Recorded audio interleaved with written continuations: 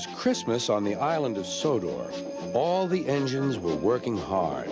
Thomas and Toby were busy carrying people and parcels up and down the branch line. Everyone was happy. Only the coaches, Annie and Clarabelle, were complaining. "It's always the same before Christmas," they groaned. "We feel so full. We feel so full." "Oh, come on," said Thomas. "Where's your festive spirit? Christmas Day is almost here." By the side of the track was a little cottage with a familiar figure waving to them. "It's Mrs. Kindly," whistled Thomas. "Beep, beep, Happy Christmas." Thomas always felt better for seeing her. "Christmas just wouldn't be Christmas without Mrs. Kindly," he said to himself. When work was over, Thomas went to see the other engines. All their coats had been polished. "Huh," said Gordon. "Just look at us. Your driver will have to work fast to get you as smart as us." "Never mind that," replied Thomas. "I've something important to say. Do you realize it's been a whole year since Mrs. Kindly saved us from a nasty accident? You remember when she was ill in bed and—" "Yes, of course," interrupted Edward. "You told us how she waved her red dressing gown out of her window to warn you about a landslide ahead." "And you and Toby gave her presents?" Percy joined in. "And Sir Topham Hatt sent her to the seaside to get better." "But," said the other engines, "the rest of us never thanked her properly."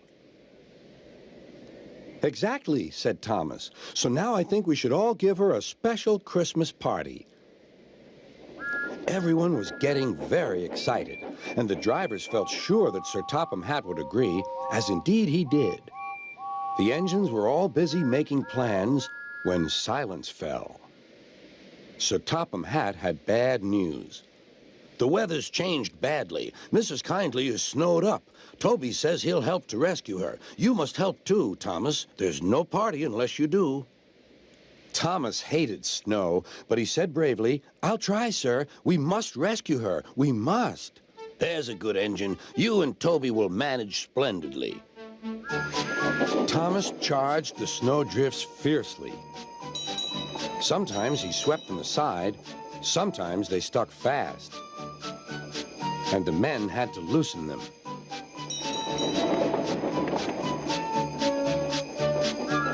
But at the cutting near the cottage, they could go no further. "Look at that!" exclaimed Thomas's fireman.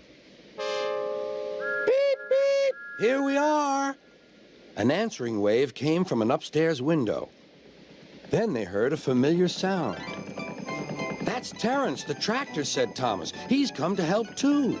Sure enough, Terence had a snowplow and was working hard to clear a patch to the railroad line and safety. At long last, the rescue was complete. Percy took the tired workmen home. Terence said goodbye to Mrs. Kindly and promised to take care of her cottage as he watched them all set off. The engines made good time, but the yard was dark. There was no one to be seen. Thomas's heart sank. Suddenly, all the lights went on. What a marvelous sight awaited Mrs. Kindly. "Well done," said Sir Topham Hatt. "I'm really proud of you all." Mrs. Kindly especially thanked the smaller engines. "Thomas and Toby are old friends," she said. "And now, Percy, you are my friend too." Percy was very pleased. "3 cheers for Mrs. Kindly," he called. "Beep, beep, beep." They all whistled. "We wish you a Merry Christmas, we wish you a Merry Christmas, we wish you a Merry Christmas and a Happy New Year." Thomas the Tank Engine and his friends thought it was the best Christmas ever, and Mrs. Kindly could think of nowhere she would rather live than here with them on the island of Sodor.